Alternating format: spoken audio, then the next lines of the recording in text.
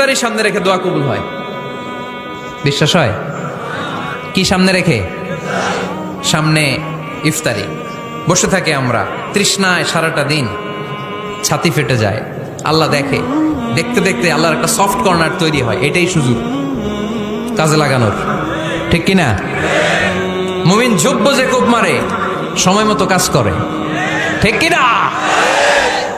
আল্লাহ তখন ফেরেশতাদেরকে জিজ্ঞেস করে, এই ঘটনা কি? খায় না যে? খায় না কেন? আল্লাহ রোজা রাখছে। এগুলো কি? রোয়াবজা, পেঁয়াজ, আলুর চপ, বেগুনি, মুরগির রান। খায় না। খায় না কেন? ওরা যে ক্ষুধার্ত, আল্লাহ আপনার ভয়ে। তাই কি চায়? আল্লাহ আপনার কাছে ক্ষমা চায়। ক্ষমা চায়, আল্লাহ রহমতের দরিয়ায় জোশ খেলে যায়। আল্লাহ তখন বলে, আমারে দেখছে নাকি ওরা? ফেরেশতারা বলে, না দেখে নাই। আমার জান্নাত জাহান্নাম দেখেছে? না দেখে নাই। আমারে না দেখে, জান্নাত জাহান্নাম না দেখে আমার এত ভয় করে। যাও, আজকের এই রোজার বিনিময়ে এখন বান্দা যা চাইবে সব কবুল করে নেব।